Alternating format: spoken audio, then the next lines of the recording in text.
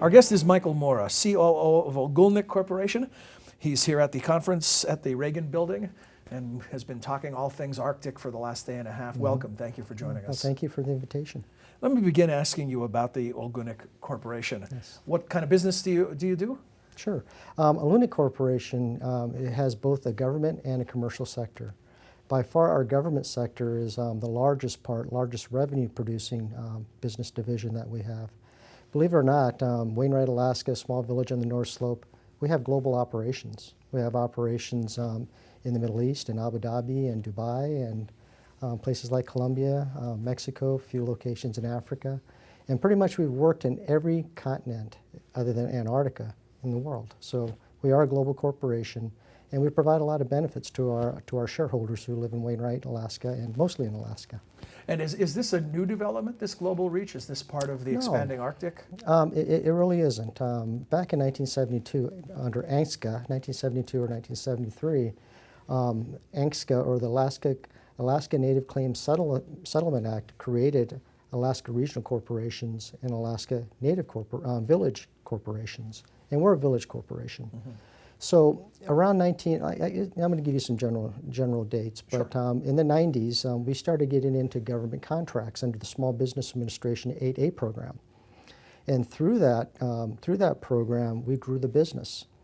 We grew it from, let's just say, just for some round numbers, from $1 million to revenues in excess of $260 million. So we're doing well, and it was with a lot of help of the Small Business Administration. But also those monies that we make on the government sector, we've invested into the commercial sector. So we're in the oil and gas business, Arctic construction business, pipeline inspection business. So our breadth and scope of what we do is pretty diverse. Yeah. And so what has the changing Arctic done to your business? It has, well, it's been challenging. And it's been challenging from the perspective that we've seen a lot more infrastructure projects that we're doing for one of our primary customers, who is the North Slope Borough. So a lot of reconstruction of foundations, new buildings, new public works buildings, new schools. So on the North Slope portion, because of the permafrost and because of the changing environment, there's been more infrastructure projects or repair of existing infrastructure. Even projects moving whole villages? That's not yet on the North Slope, but in western Alaska, absolutely. There's a village called Nutak. Yeah. That I spoke to some of the government officials from Nutak. Right. So from Nutak and moving that village inland. Yeah. That's a pretty big project. So, what are your concerns about the changing environment? I mean, clearly there are opportunities, but there are also concerns, and I'd like to hear about both. But let me start with the downside, and then we'll get a little more positive. The downside is this: is that most of our shareholders are subsistence hunters, live and work in Wainwright. They live by the season. So, from a larger respect, I have to take the Western lens off. And what I mean by that is that most of the folks that subsistence hunt in Wainwright, Alaska, they go with the season. They go with the animals. We know that in April the whales start migrating. So, basically, hunting whales is a priority, and putting whales away in what we call ice cellars is a priority for the coming year. We know when the whales are done. We know the geese are coming. The geese and duck, that's the season, and that's what the subsistence hunters concentrate on. Then it's the caribou. Then there's fishing. So it's really around this natural cycle that's been going on for hundreds and hundreds of years. And so my concern is that when you have these big caches of food, the traditional way of storing this food is not in freezers. It's in ice cellars that you dig into the permafrost. And with the permafrost melting, what's happening is that all the food that they store and cache away for the year, there's no permafrost. The permafrost is warming, and there's not that natural freezer to store all that food. So that's a concern. So we're doing things, for example, is that one of the technological things that I've seen is that they'll bring in big refrigerated connexes, and for a place for folks to store food. So there's workarounds, but the traditional way of storing foods, well, that's coming to an end, it seems. Is that, it's hard to find anyone here who doesn't at least express concerns or sensitivity toward indigenous populations or those types of people you describe who live off the land. And it's one thing to give it lip service, but what about action on the ground? Do you think that the needs of those people are being adequately addressed? That's a very good question. We as a corporation, one of our missions, and as an Alaska Native Village Corporation, is to help fill that void. So we're not the only ones. So I think that being a successful corporation, we have the resources, the monetary resources and the ability to do it. But also we work in conjunction with the tribe, and we also work in conjunction with our city, and also work in conjunction with the North Slope Borough. So as we come together, we look for solutions. Now, is it a 100% solution? It isn't, but I think that as we work together, we try to meet the need and solve those problems. But you can never say that the problem is solved. Yeah, near perfect is the best humans can do, right? That's we can't be perfect. The upside, are there going to be new endeavors for your business as a result of the changing environment?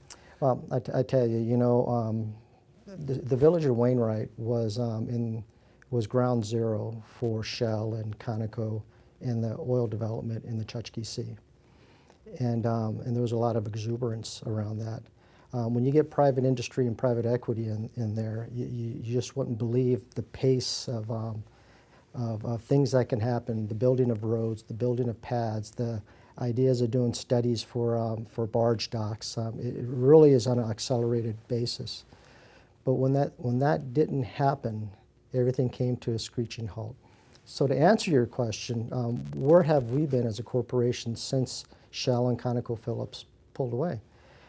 My opinion is that nothing's going to happen fast. And I tell folks, that I talk to about this development, and even the Arctic shipping, it's not going to come fast. It'll be a generational type of change. I don't believe it's going to happen in 5 or 10 years. I think on the scale of 20, 30 years, we'll start. Is that a good thing? I think that